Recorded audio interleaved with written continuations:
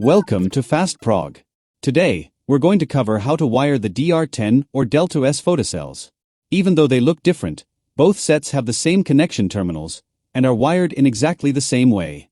If your ZA3P control board signal LED is blinking and you're setting up the system for the first time, I recommend you check out the setup video by clicking the link in the top right of your screen.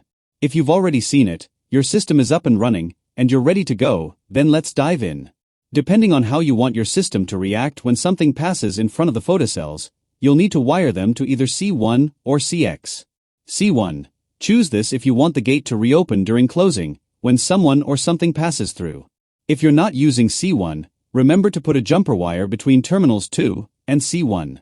CX. Choose this if you want the system to either stop or close during the opening phase when something is detected. To enable or disable the CX input, use DIP switch 8. To choose the function for CX, use DIP switch 2 from the 2-switch strip. Let's get started. Always turn off the power to your system before making any changes to the control board. At the top, we have the ZA3P terminal block. Below that on the left, you'll see the RX receiver, and on the right, the TX transmitter. To help you understand how the photocells work, I'll explain the state of the contact inside the RX at each step. You don't have to follow this exact order when wiring, but here's the process. Connect terminal 10 on the ZA3P board to terminal 10 on the RX photocell. Connect terminal 2 on the ZA3P to terminal 2 on both the RX and TX. Then, place a jumper between terminals 2 and C on the RX.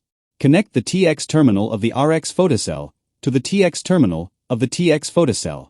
At this point, the contact inside the RX photocell should close. Finally, connect the NC terminal of the RX photocell to either C1 or CX, depending on the function you want. And you're done. The wiring is complete. If everything has been connected properly, the signal LED on the ZA3P should turn off. If the LED is still blinking, don't worry. Double-check the position of your DIP switches. Take another look at the ZA3P setup video for more details. Check for voltage between terminals 10 and 2. It should read about 24 volt AC. Verify that your wiring is correct. Make sure there's nothing blocking the photocells, that they're properly aligned, and that the fuse in the TX transmitter of the DR10 isn't blown. If the blinking persists after all these checks, try this. Unplug the photocells, take them off the pillars, bring them close to the ZA3P board, space them 1 meter apart, and wire them with visible temporary connections. This method helps rule out any doubts about wiring or alignment, and will tell you if the photocells are defective. If everything's working, great! You've done it! If you're ready to explore more of FastProg, stay tuned. Don't forget to give this video a thumbs up, leave a comment if you found it helpful, and of course, subscribe to discover the easy world of FastProg. I regularly upload new videos.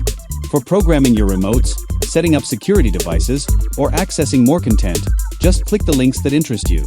Arrivederci. Alla prossima.